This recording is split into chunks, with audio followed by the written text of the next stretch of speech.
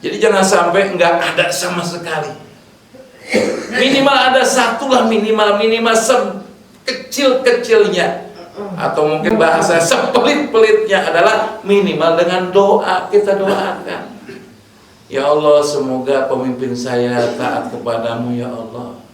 Semoga pemimpin saya mengajak pada kebaikan. Semoga pemimpin saya menjadi orang yang bertakwa.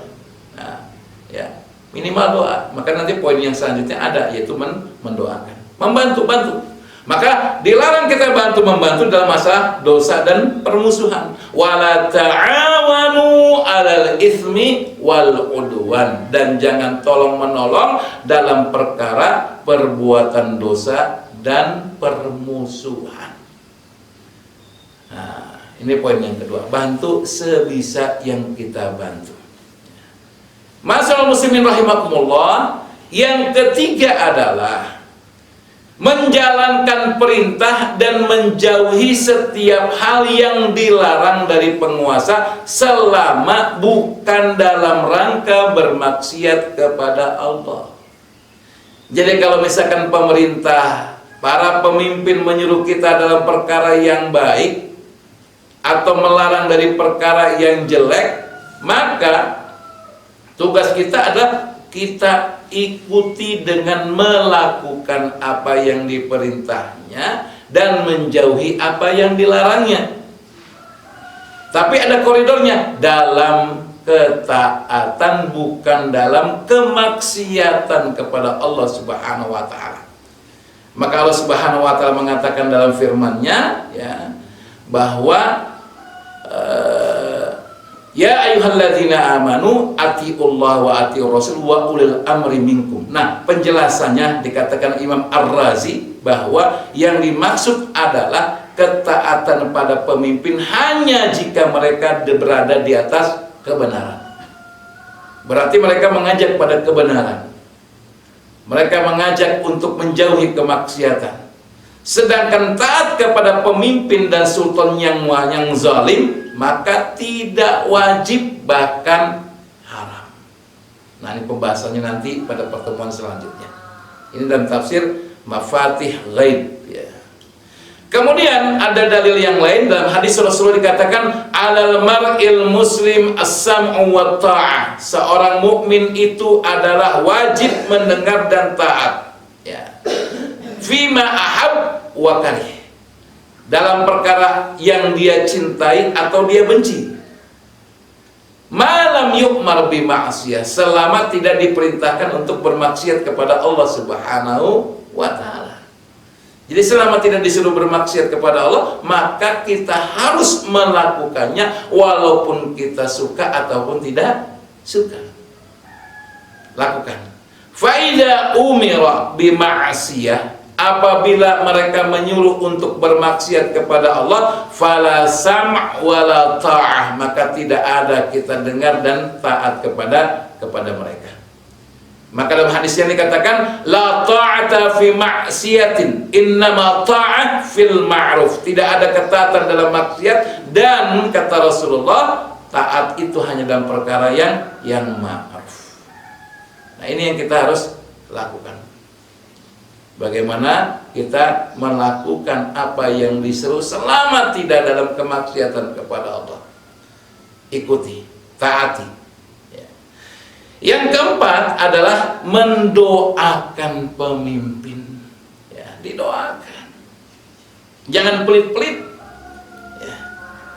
Mulai kita doakan dari tingkat RT, ya, terus RW, kemudian kadus, kemudian desa, kemudian terus sampai dengan presiden, ya.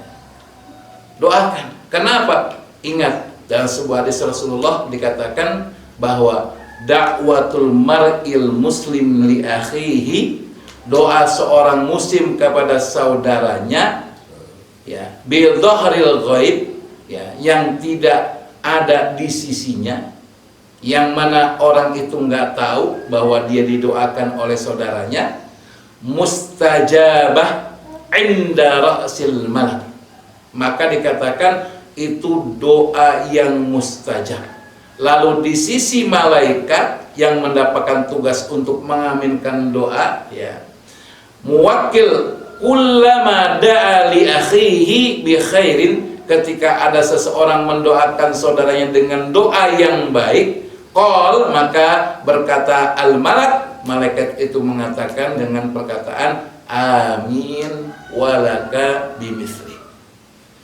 Jadi ingat tuh, Masya Allah. Jadi ketika kita mendoakan saudara kita yang nggak ada di sisi kita, itu doa yang mustajab di sisi Allah Subhanahu wa Ta'ala. Jadi jangan pelit-pelit dalam doa-doa kita, masukkan doa-doa kepada pemimpin-pemimpin kita. Ya. Maka kemudian balasannya malaikat mengatakan amin, semoga doa yang kamu minta dikabulkan, walaka bimithli, dan hal serupa bagi dirimu. Yang terakhir adalah bagaimana maaf, ini ada perkataan salafus saleh, ya. Dia mengatakan begini: seandainya aku mengetahui bahwa aku memiliki doa yang mustajab, ya. Dia mengatakan seandainya aku mengetahui bahwa aku memiliki doa yang mustajab, jadi kita punya doa yang mustajab, maka beliau mengatakan niscaya aku akan manfaatkan untuk mendoakan pemimpin. Karena apa? Kalau pemimpin doakan, ya Allah mudah-mudahan menjadi pemimpin yang taat, bisa mensejahterakan rakyat, maka dampaknya luar biasa. Ya. Karena dia memimpin rakyat. Ketika doa itu dikabulkan oleh Allah Subhanahu wa Ta'ala, maka berpengaruh pada rakyatnya. Nah, ini yang dikatakan oleh salafun saleh. Maka kita manfaatkan doa, walaupun kita nggak tahu apakah kita termasuk doanya mustajab atau tidak. Kemudian yang terakhir adalah ketika kita ada perbedaan sikap, perbedaan pendapat dengan pemimpin kita, selama perbedaan tersebut adalah perbedaan yang bukan usuli tapi hanya furu', maka tidak diperbolehkan kita melawannya. Tidak boleh kita berbeda dengannya, dan harus ikut dengan pendapat yang diputuskan oleh imam. Nah, dalam bab inilah yang kadang-kadang susah. Padahal memang sudah ada contoh di zaman para sahabat, bagaimana mereka ada perbedaan, tetapi perbedaan mereka itu tidak mengantarkan pada perselisihan. Karena kalau sudah berbeda biasanya akan terjadi perselisihan, akhirnya hancur persatuan. Sedangkan persatuan itu diperintahkan dalam agama Islam.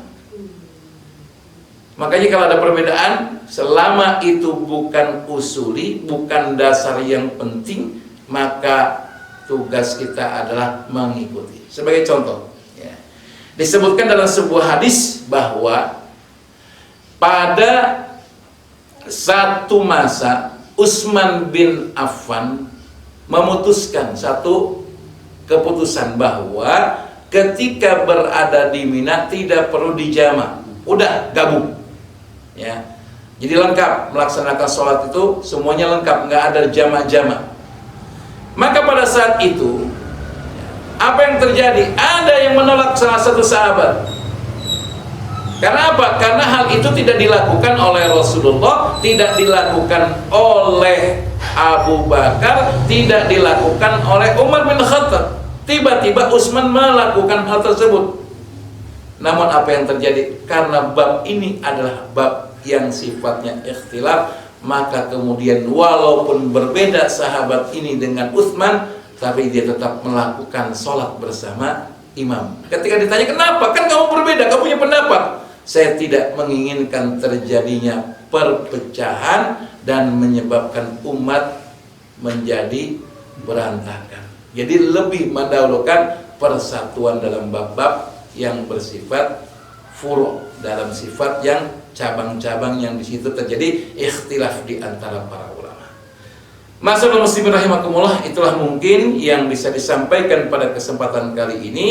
Ya, mudah-mudahan bermanfaat. Intinya bahwa menasihati ulama itu ketika mereka taat kepada Allah, maka tugas kita adalah bagaimana mencintainya, membantunya, melaksanakan perintahnya, mendoakannya. Kalaupun terjadi perbedaan dan babnya bersifat furu', cabang, maka tugas kita mengikuti apa yang diputuskan oleh pemimpin. Wallahu a'lam bishawab. Ini saja mungkin yang bisa disampaikan pada pertemuan kali ini. Mudah-mudahan Allah menjadikan negara kita memiliki pemimpin-pemimpin yang hafizun alim, sehingga rakyatnya, sehingga orang-orang yang berada di bawah kepemimpinannya menjadi umat yang bahagia, sejahtera di dunia dan bahagia di akhirat. Kalaupun belum, kita doakan mudah-mudahan Allah bimbing, Allah berikan hidayah dan membetulkan mereka pada kesalahan yang mereka lakukan. Wallahu a'lam bishawab. Aku qouli hadza. Assalamualaikum warahmatullahi wabarakatuh.